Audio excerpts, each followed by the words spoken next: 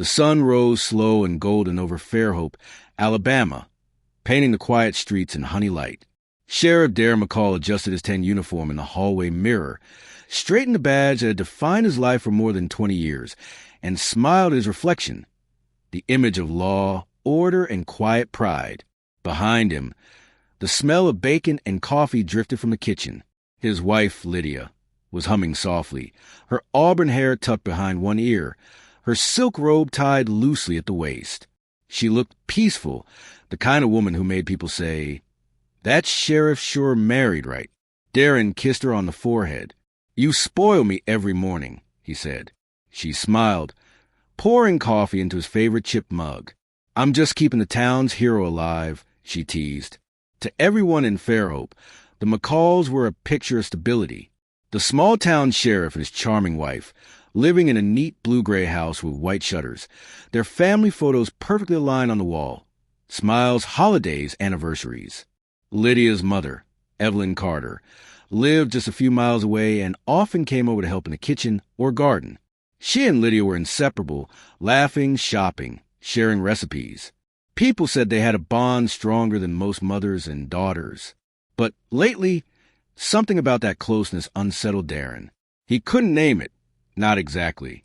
It was in the way Lydia's tone shifted when Evelyn called, the soft giggle she used to hide behind a hand. Or maybe it was the way she avoided his eyes when he asked where she was headed.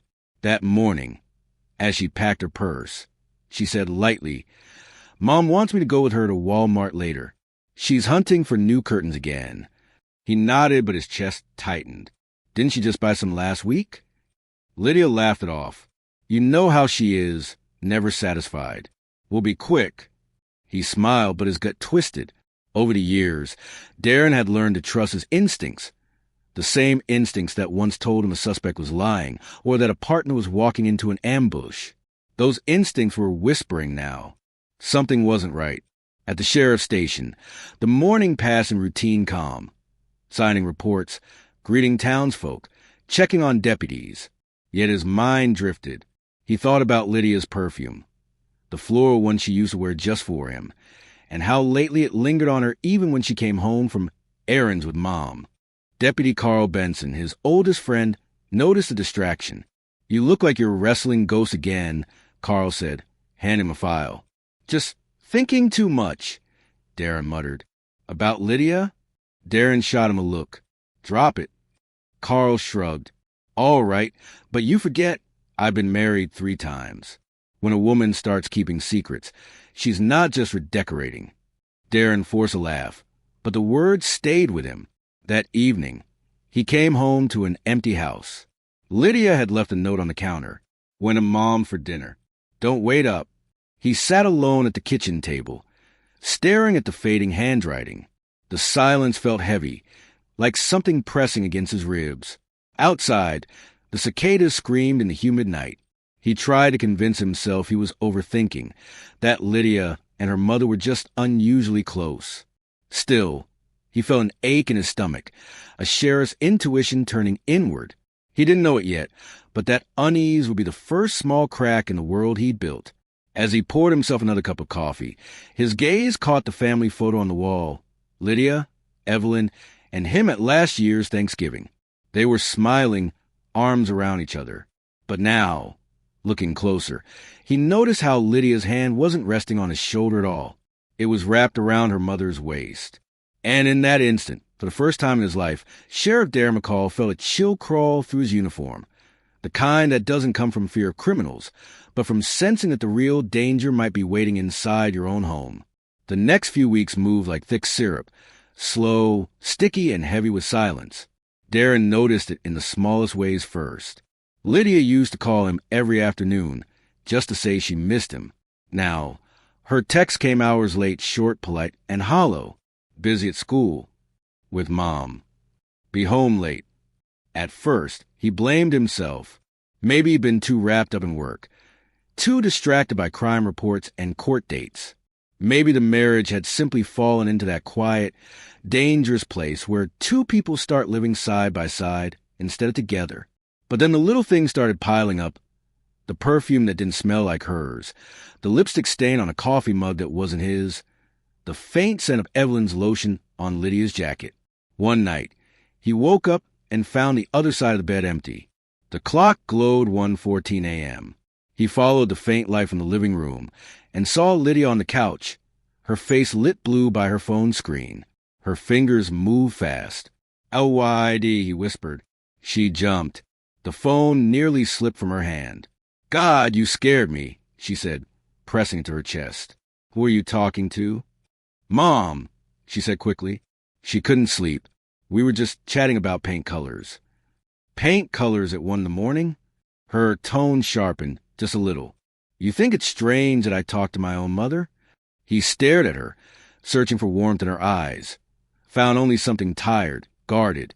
"No," he said quietly. "Just go to bed." She turned away, scrolling again. That night, Darren lay awake, listening to the soft buzz of her phone, vibrating on the nightstand. Every sound felt like a secret. The following weekend, Lydia said she'd drive to her mother's to help rearrange furniture. Darren offered to join. She refused too quickly. "It's just girl stuff, honey. You'd be bored." So he stayed home, cleaning the garage, trying not to picture what girl stuff meant this time.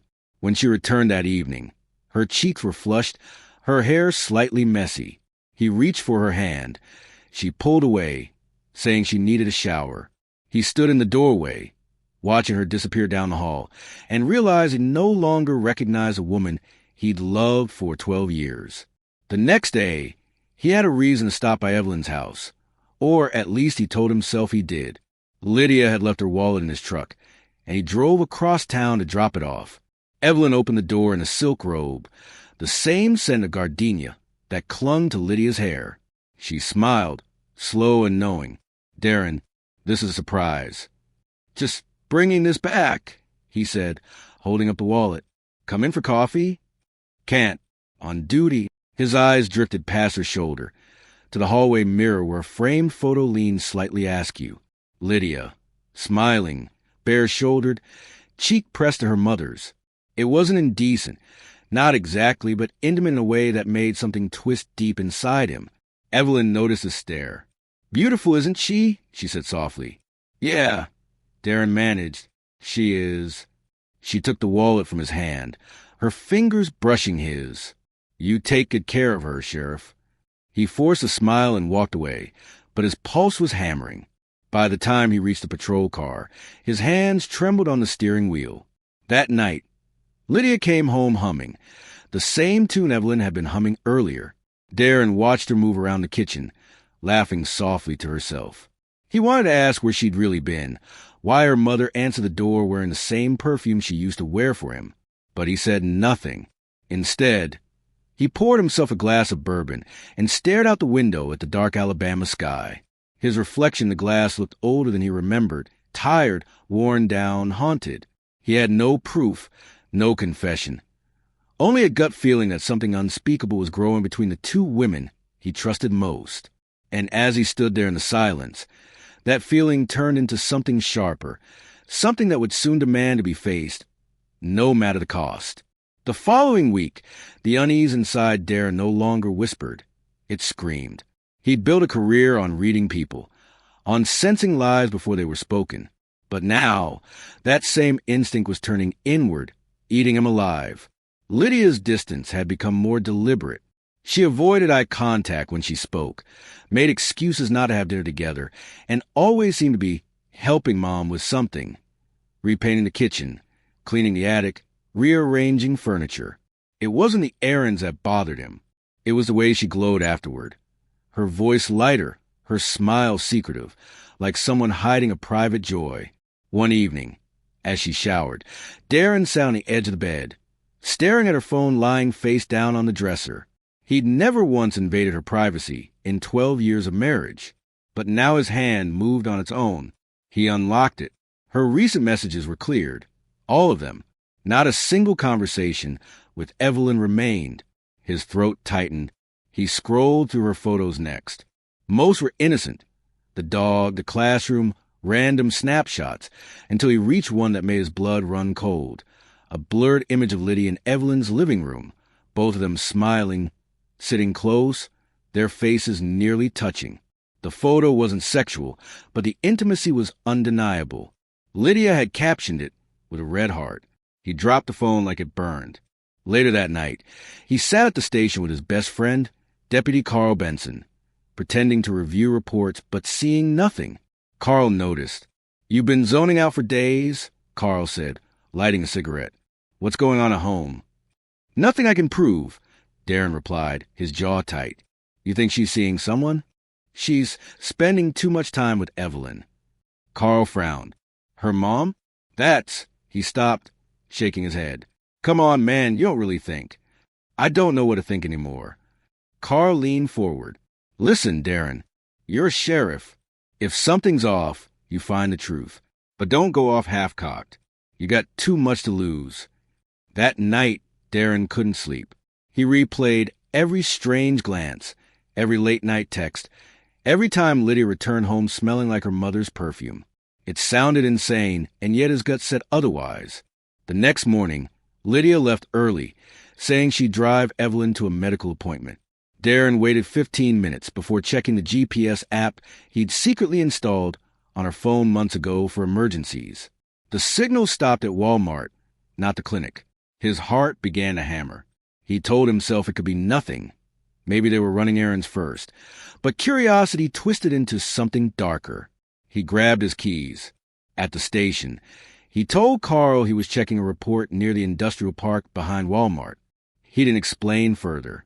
As he drove, the late afternoon sun beat to the windshield, turning his uniform into a furnace.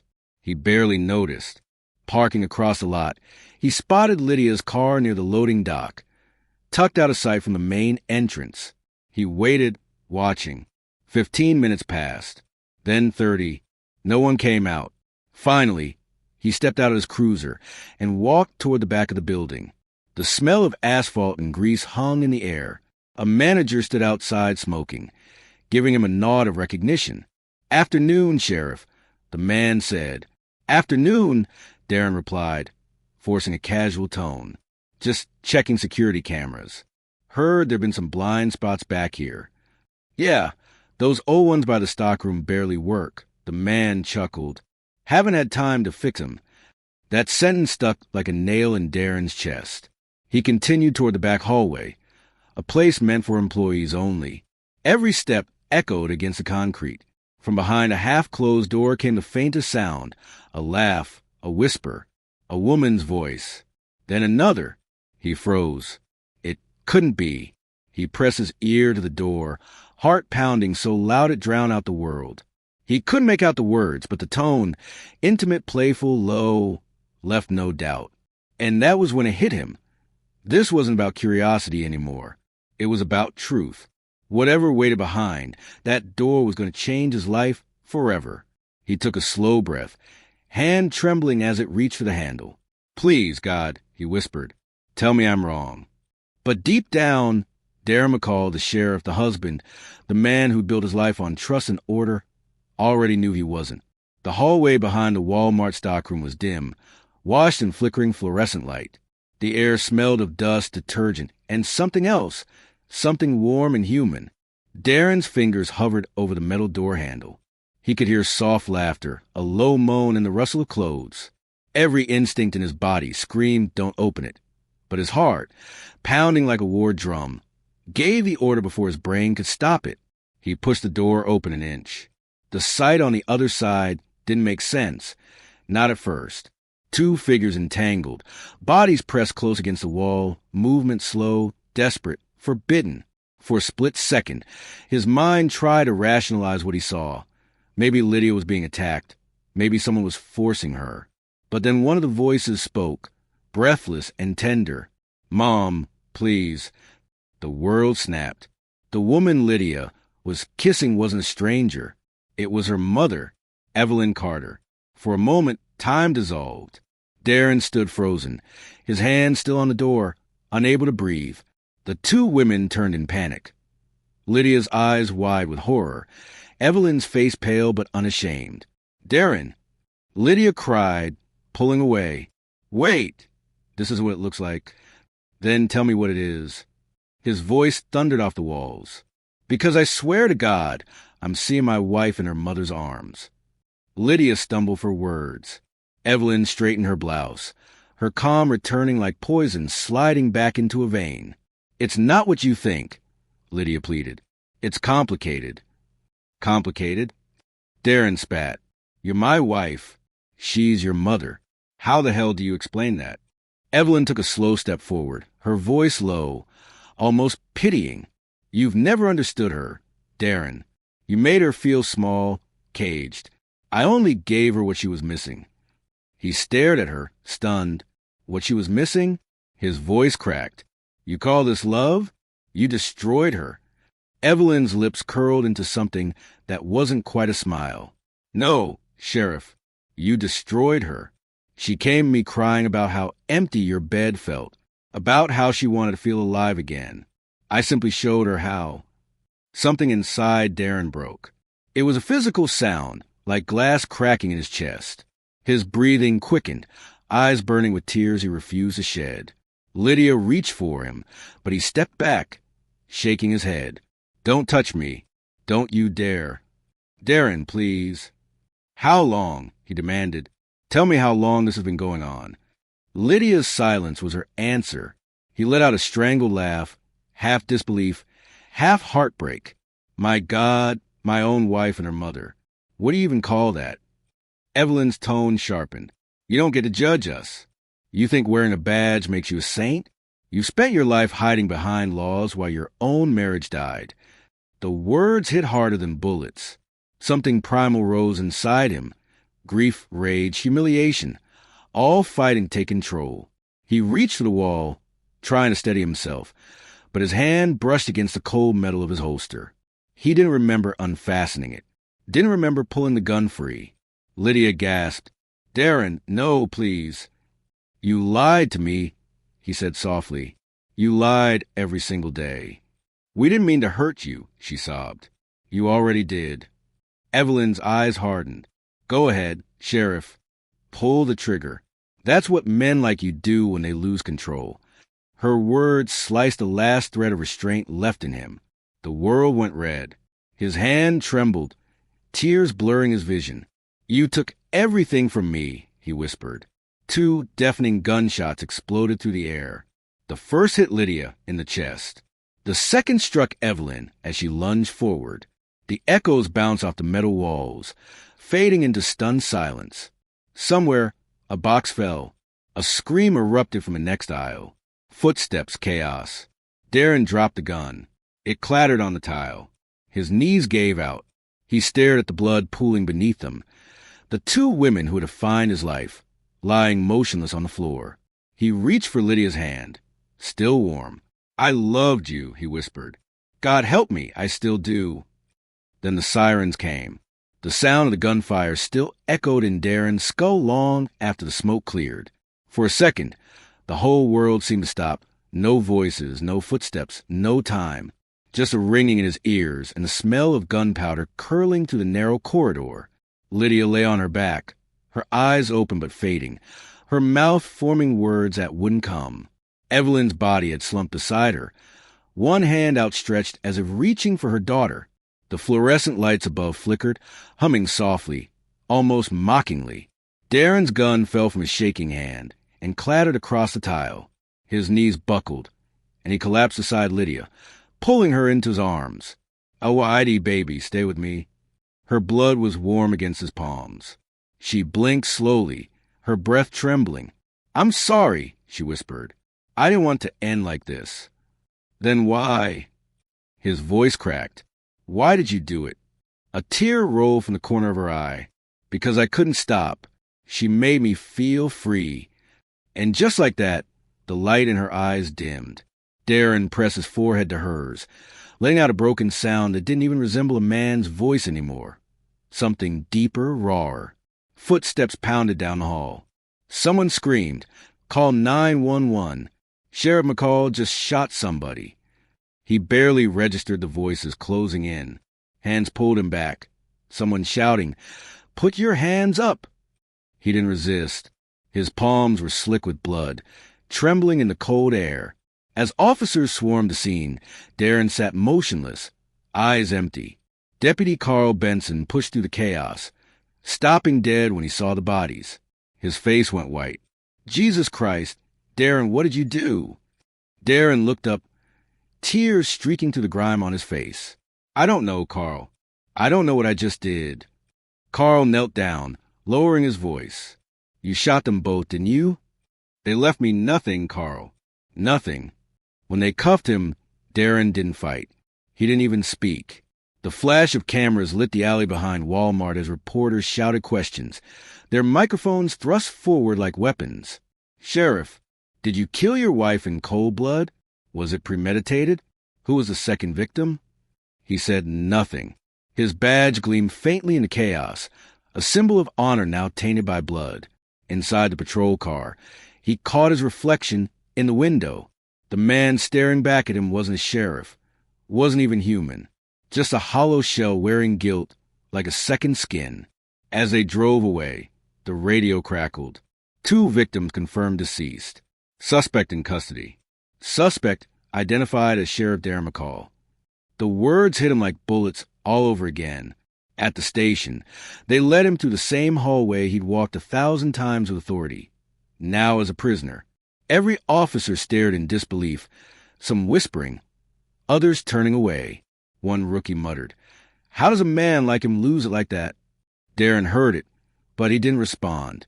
They placed him in an interrogation room, cold and bright, the cuffs biting into his wrists. His bloodied wedding ring still clung to his finger. On the metal table sat a paper cup of water he never touched. Through the glass, Carl stood watching, his expression torn between duty and heartbreak. Finally, he entered, closing the door softly behind him. "I have to read you your rights. You know that," Carl said quietly. "Go ahead," Darren murmured. "Do your job." Carl hesitated, his voice trembling. "Why, Darren? Why didn't you just walk away?" Darren stared at the table, eyes hollow. "Because you can't walk away from something that's already inside you." Outside, the night deepened over Fairhope, the small town still buzzing with disbelief. A sheriff, their protector, had murdered his wife and her mother in a Walmart. In his cell later that night, Darren sat on the edge of the bunk, staring at his hands, still faintly stained with red. For years, he'd told victims' families justice will be served.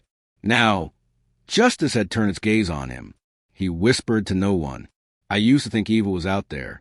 Turns out it was right here all along." And for the first time in his life, Sheriff Darren McCall felt what true guilt really was. The kind that doesn't fade with time. The kind that lives under your skin forever. The morning after the shooting, the town of Fairhope woke to sirens, news vans, and disbelief. The same man who'd once led prayer circles and rescue missions was now behind bars.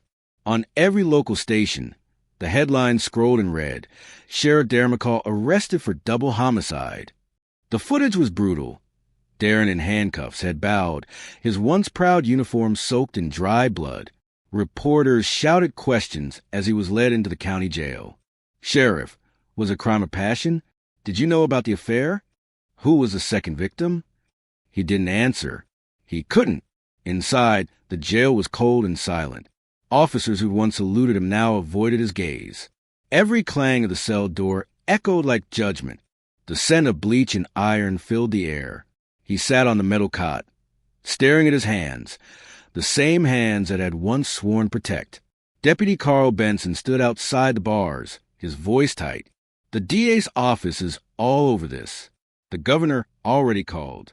It's a damn circus." "I deserve it," Darren said quietly. "No, you don't deserve this. You made one terrible choice, but one choice can burn a lifetime, Carl. You know that." Carl wanted to argue, but he couldn't. He'd seen too many good men broken by a single moment of madness. He placed a hand on the bars. "You need a lawyer. I'll call Harrington from Mobile. He owes you." "Don't," Darren interrupted. "Let the system do what it has to. I've lived by it too long to run from it now." Carl hesitated, then nodded, his eyes glistening. "You're still my friend, you stubborn son of a bitch." That night, the media camped outside the sheriff's office. Townspeople gathered in small knots, whispering theories. Some were furious. Others wept. At the diner, an old woman muttered, "He was always too quiet. You never know what darkness lives in a man." Another said softly, "He was a good man. Something must have broken inside him." At the local church, Pastor Hill led a prayer vigil for the souls lost to sin and sorrow. The crowd was large, but the silence heavier than any sermon. Meanwhile, in his cell, Darren couldn't escape the memories. Every time he closed his eyes, he saw Lydia's face, the shock, the sorrow, the final breath leaving her lips. He heard Evelyn's taunting voice, "You don't get to judge us."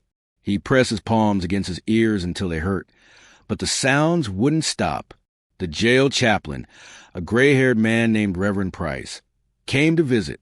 He sat across from Darren, Bible resting on his lap. "Son, I've seen men crumble in here for less, but I've also seen grace rise from worse." Grace. Darren's voice was hollow. "Tell that to the 2 women I buried yesterday." "You didn't bury them, Darren. You just made sure you'll never stop carrying them." The words hit deep. Days turned to weeks. Investigators combed through evidence, camera footage, ballistics, text records. Every piece confirmed the same truth. It was Darren's gun, his fingerprints, his rage. There was no mystery to solve. Then came the letter. It arrived in a plain envelope. No return address. Inside was a photograph. Lydia and Evelyn smiling together at a picnic, taken just weeks before the shooting. On the back, in neat handwriting, someone had written, "Love has many faces, Sheriff. You chose the cruelest one." He didn't know who sent it. Maybe a reporter, maybe someone cruel, but it crushed what little strength he had left. That night, alone in the cell, he whispered the darkness. "I swore to uphold the law. I thought it made me good. But the law can't fix what breaks inside a man." Tears burned his eyes. He wasn't the sheriff anymore. He wasn't a husband. He wasn't anything. Just another inmate waiting for judgment. Outside, rain began to fall over Fairhope, the first storm in months. Lightning flashed across the courthouse dome, and for a fleeting second, Darren imagined the town he protected was washing itself clean. But in his heart, he knew some stains never come out. 3 days after the shooting, the state assigned Detective Mark Evers to the case, a calm, sharp-eyed man from Montgomery known for breaking even the hardest suspects. He wasn't there to accuse Darren. He was there to understand why. The interrogation room was cold, washed in white light. The air hummed faintly with the sound of a ceiling vent. Darren sat handcuffed at the table, his uniform replaced by an orange jumpsuit, his badge long gone. Yet something about his posture still carried authority, the quiet dignity of a man used to command. Detective Evers entered with a folder and a paper cup of coffee. He set both on the table and took a seat across from him. "Morning, Sheriff." "Don't call me that," Darren muttered. "I'm not a sheriff anymore." Evers nodded. "Fair enough. Darren, I'm not here to make this worse. But I need to know what happened in that Walmart hallway. You've given us your statement, but something's missing. You're protecting someone, even now." Darren's jaw tightened. "There's nothing left to protect." Evers flipped open the folder, revealing crime scene photos. The bodies, the blood, the gun. He pushed one forward. Lydia's face, peaceful in death. "She's not a headline to me," Evers said quietly. "She's a human being. So is her mother. Tell me what broke you." Darren stared at the photo. For a long time, he said nothing. His hands trembled slightly as he reached for the cup, but didn't drink. "I spent my life chasing evil," he began. "Drunks who beat their wives. Junkies stealing for another fix. Men who'd kill over $20. But I never thought it would come home." Evers leaned in. "You think what they did was evil?" Darren looked up, his eyes raw. "It wasn't just what they did. It was what they made me feel. Like I'd been erased. Like my life was a joke, and everyone knew but me." The detective's tone softened. "You saw them together, and you snapped." Darren's voice cracked. "No," I shattered. He exhaled shakily, staring at the table. "When I opened that door, I didn't see 2 people in love. I saw everything I believed in torn apart. My wife, the woman I vowed protect, betraying me with her own mother. And when Evelyn looked me in the eye, when she said those words, it was like she pulled a pin out of a grenade inside me. What words? Darren's lips trembled. She said I'd never made Lydia feel alive, that she did what I couldn't. Silence hung thick between them. Evers closed the folder slowly. You could have walked away. You're right, Darren said. I could have, but I didn't, because in that moment, I didn't want justice. I wanted silence. His voice broke, and for the first time, tears rolled down his cheeks. I'd given everything to that badge, my youth, my faith, my marriage, and I thought loyalty meant something. But love doesn't play by the same rules. It humiliates you. It rewrites the truth. I lost control, and I killed the two people I loved most in this world. Evers let him cry. Then he said quietly, You're not a monster, Darren. You're a man who made a choice he'll never stop paying for. Darren looked up, eyes hollow but sincere. I'm not asking for forgiveness, just understanding. Maybe that's worse. Evers nodded and stood. He collected the photos and turned toward the door, then paused. You know, the press will turn you into a headline. Half will call you a hero who broke. The other half will call you a devil. The truth's probably somewhere in between. Darren's gaze fell to the table again. The truth is simple. I broke the law I swore to defend, and now I'll wear its judgment for the rest of my life. Evers walked out, leaving him alone under the harsh fluorescent light. The silence returned, heavy and endless. Darren leaned back, eyes fixed on the ceiling. The clock on the wall ticked louder than his heartbeat. And for the first time since that terrible day, Sheriff Darren McCall whispered the truth aloud. To the empty room, to the ghosts that would never leave him. I didn't kill them because I hated them. I killed them because I couldn't bear losing them. The confession hung in the air, soft and final, as if the walls themselves absorbed his pain. By the time the trial began, Fairhope had turned into a spectacle. Satellite trucks lined the courthouse steps, cameras flashing as reporters shouted over each other, hungry for a headline. The town that once praised Sheriff Darren McCall for his discipline and faith now whispered his name like a curse.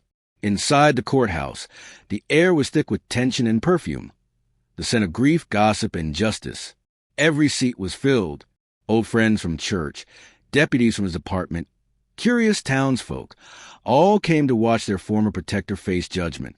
Darren entered in shackles, escorted by two deputies who couldn't look him in the eye.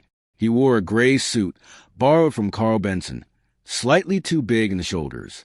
His face was drawn, pale, the eyes of a man who hadn't slept in weeks. The murmurs in the gallery died as he walked down the aisle, a fallen hero making his last march. At the defense table sat Attorney James Harrington. An old friend Carl had finally convinced him to accept. Beside them, the prosecution prepared their files. District Attorney Paul Keaton was sharp, theatrical, and ruthless, the kind of man who saw courtroom battles as war. When the judge entered, the crowd rose. Then silence. The trial of Sheriff Darren McCall, husband, lawman, killer, had begun. Keaton stood first, his voice crisp and cold. Ladies and gentlemen of the jury, this is not a mystery case. We know what happened. We know who pulled the trigger. The question is not if Sheriff McCall killed his wife and her mother, but why?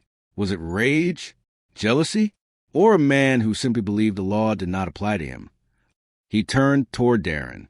He wore a badge meant to protect the innocent, and he used it to justify murder. A low murmur rippled through the room. Harrington rose next, his tone measured, sorrowful. You'll hear a betrayal, yes, but you'll also hear love, twisted, painful love that pushed a man beyond reason. Darren McCall isn't a monster. He's a man who broke under the weight of heartbreak no law could measure. The jury listened, faces hard to read. When Darren took the stand, the courtroom held its breath. His hands shook as he swore the oath. The defense had warned him not to testify, but he insisted. He wanted to face what he'd done. Harrington stepped aside and let him speak. I spent my life believing justice was simple, Darren began. His voice was steady but soft, like a confession in church. Good men do good things. Bad men get punished. But life doesn't fit in those boxes. Sometimes it's all gray. He paused, eyes fixed on the jury. I love my wife more than anything. I thought I knew her until the moment I didn't. What I saw that day broke something inside me. It wasn't hate that pulled the trigger. It was grief. It was confusion. It was a man who didn't know where the ground was anymore. Keaton rose for cross-examination, voice like a whip. So you're saying you, the sheriff, the man who swore to uphold the law, chose to execute 2 women because you were sad? No, Darren said, eyes glistening. I'm saying I lost control. And for that, I deserve whatever comes. Keaton leaned in. You call that justice? Darren looked at him steadily. Justice isn't mine to call anymore. Gasps filled the courtroom. Even the judge's gavel seemed to hesitate. When closing arguments ended, the jury deliberated for 6 hours. The sun was setting when they returned. Everyone rose as the foreman stood, reading the verdict with a trembling voice. We, the jury, find the defendant, Darren McCall, guilty of 2 counts of second-degree murder. A murmur rippled through the room. Relief, sorrow, shock. The judge looked down at Darren, his tone heavy with finality. Sheriff McCall, you were once the law in this town. Today, the law judges you. I hereby sentence you to life in prison without the possibility of parole. May you find the peace you denied others. Darren nodded once. No tears, no protest, just quiet acceptance. As the deputies led him away, he turned to Carl Benson, sitting in the gallery, and mouthed 2 words. Thank you. Outside, thunder rolled across the Alabama sky. As rain began to fall, the cameras caught every drop, every flash of lightning against the courthouse dome. The sheriff who once stood for order was gone, replaced by a man swallowed by consequence.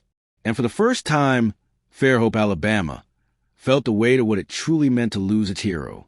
The first night in Holman Correctional Facility felt longer than any night of Darren's life. The cell was small, the air heavy with mildew and sweat, and the hum of fluorescent lights replaced the cicadas of Fairhope. He sat on the edge of the bunk, staring at the concrete wall, trying to convince himself he was still real. Days bled into one another. The routine was mechanical. Wake up at 6, eat the same tasteless oatmeal, line up for head count, work detail, lights out. For a man who had once commanded order, living under was torture. But Darren never complained. He didn't talk much either. Most inmates avoided him, not because they feared him, but because they recognized that quiet kind of grief that doesn't leave space for conversation. Weeks turned into months. His name faded from the news. Fairhope moved on. A new sheriff was elected. The Walmart remodeled, and the whispers grew old. But inside those gray walls, time didn't heal. It only repeated. Once a month, Deputy Carl Benson came to visit. The first time, he stood awkwardly behind the glass, phone to his ear. You look older, Carl said.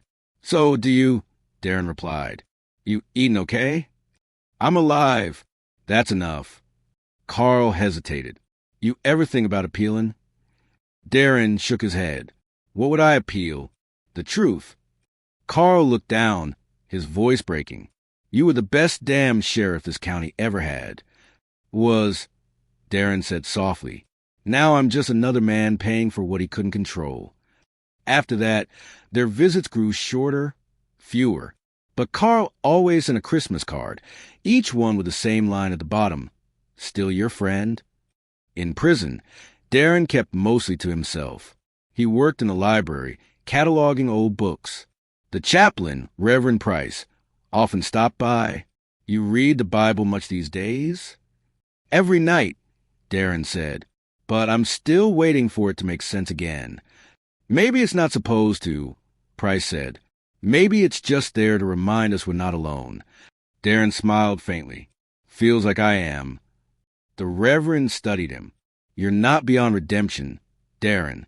No one is. But redemption, Darren thought, wasn't something you earned with prayers. It was something you lived with, the weight of it pressing on your chest, every breath reminding you what you'd lost. A year later, a letter arrived from a journalist named Rachel Ford. She was writing a series called Men Who Kill for Love. She wanted to interview him. At first, he ignored it. But when the chaplain mentioned that talking might help, he finally agreed. Rachel visited one gray afternoon. She was young, composed, with curious eyes and a voice that carried empathy instead of judgment. She asked about the day of the murders, about Lydia, about Evelyn, but her last question was the one that stopped him cold. Do you still love her? Darren looked down at his calloused hands. I loved her enough to ruin my life. And that's the kind of love that never dies. It just rots inside you until there's nothing left.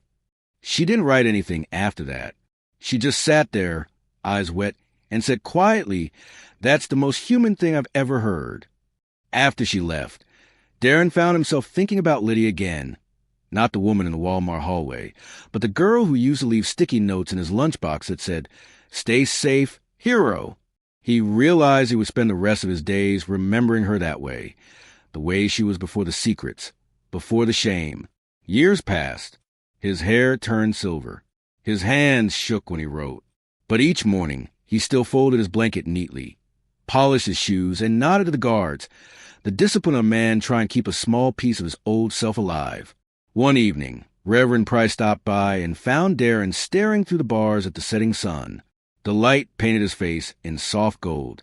"You know," the Reverend said, "there's peace in accepting what can't be undone." Darren nodded slowly. Maybe peace isn't forgiveness. Maybe it's just finally being too tired to fight yourself anymore. He turned back to the fading sky, the same color as Lydia's eyes, and whispered a prayer not for mercy, but for understanding. That night, sleep came to Darren in fragments, broken flashes of memory and voices that didn't belong to present. He saw Lydia again, not in blood or betrayal, but in the quiet glow of their bedroom years ago. The fan was spinning lazily above them, and she lay half awake beside him, staring at the ceiling. "You always see the world in black and white, Darren," she whispered back then, her voice soft and distant. "Some of us live in the gray. Some of us have to." He hadn't understood it then. He'd kissed her forehead and told her not to talk nonsense. But now, in the silence of his cell, those words came back like a haunting him, the echo of a truth he had never cared to see. He realized she hadn't been asking for permission to sin. She'd been asking for space to breathe, for understanding, for freedom inside a life she'd felt trapped in. For the first time, he saw Lydia not as the woman who betrayed him, but as the woman he'd failed to truly know. He closed his eyes and whispered, "You were right, LYD. Everything is gray." The memory faded, leaving behind the ache of something almost tender. And for a moment, Darren wasn't a prisoner or a killer or even a husband, just a man sitting in the half-light, trying to understand the pieces of love that had turned to dust in his hands. 15 years passed before anyone outside Fairhope remembered the name Sheriff Darren McCall. By then, his story had become a ghost of local legend. Something whispered over late-night diner coffee, a cautionary tale about love, pride, and what happens when a heart breaks faster than the mind can heal. Inside Holman Prison, Darren's world had grown quiet. His hair had turned a soft, weathered white, and the tremor in his hands made even turning a page a slow, deliberate act. He had stopped counting the years. What he counted now were sunrises, the few moments each morning when light spilled through the high, barred window and painted the cell walls gold. He often sat there at dawn, eyes closed, breathing in that light like it was forgiveness. It never came, but the ritual steadied him. One morning, a familiar voice echoed down the corridor. "McCall, you got a visitor." It was Rachel Ford, the journalist who'd interviewed him years earlier. She looked older, too, lines of compassion framing her eyes, but her voice still carried that same calm grace. They sat across from each other, the glass between them scratched and cloudy. "I heard you're being transferred," she said gently. "Yeah, prison hospice wing," Darren replied with a faint smile. "Guess I finally ran out of time to atone." Rachel's eyes softened. "You've spent 15 years paying for one terrible moment. Don't you think you've done enough?" He shook his head slowly. "Atonement isn't about time served, Rachel. It's about carrying what you did until the weight becomes part of you. You stop hoping to put it down. You just learn how to stand under it." She wiped a tear discreetly. "Do you ever think about that day?" He nodded. "Every night. But not the way you think. I don't see the blood anymore. I see the faces. Lydia laughing in the kitchen. Evelyn planting roses in our yard. before everything twisted, before we lost our way. If you could go back? Darren looked up at her, eyes tired but clear. I'd walk away, not because they didn't deserve justice, but because I didn't deserve to lose my soul for it. They sat in silence for a long moment. When the guard came to end the visit, Rachel pressed her hand to the glass. You once told me love doesn't die. It just rots. I think maybe it can also bloom again, in small ways. Maybe not for them, but for you. Darren managed a faint smile. Maybe that's what grace looks like after all these years. That night, the prison chaplain, Reverend Price, came to check on him. Darren was sitting by the window again, the Bible open on his lap, to a bookmarked verse he'd worn thin over the years. Forgive them, for they know not what they do. You really believe that?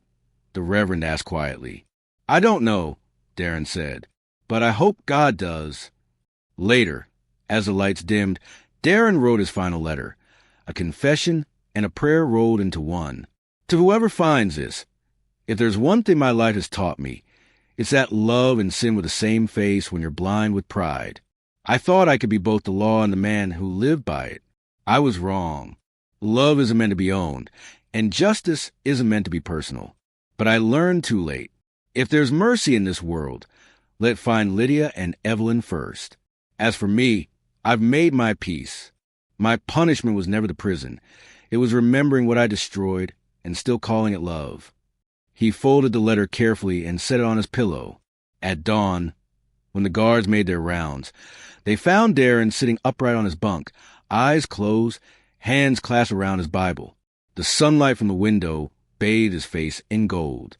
He looked peaceful, almost smiling, like a man who'd finally heard the verdict he'd been waiting for. That day, Rachel Ford's article went live with a single headline: The Sheriff Who Broke the Law for Love Dies Seeking Grace. It spread quietly, far beyond Fairhope. And for a brief moment, strangers who'd never heard his name paused to wonder how a man could love so deeply that it destroyed him, and how, in the end, he still found the strength to forgive. Because that was Darren McCall's final truth. He died not as a sheriff or a sinner, but as a man who finally laid his burden down.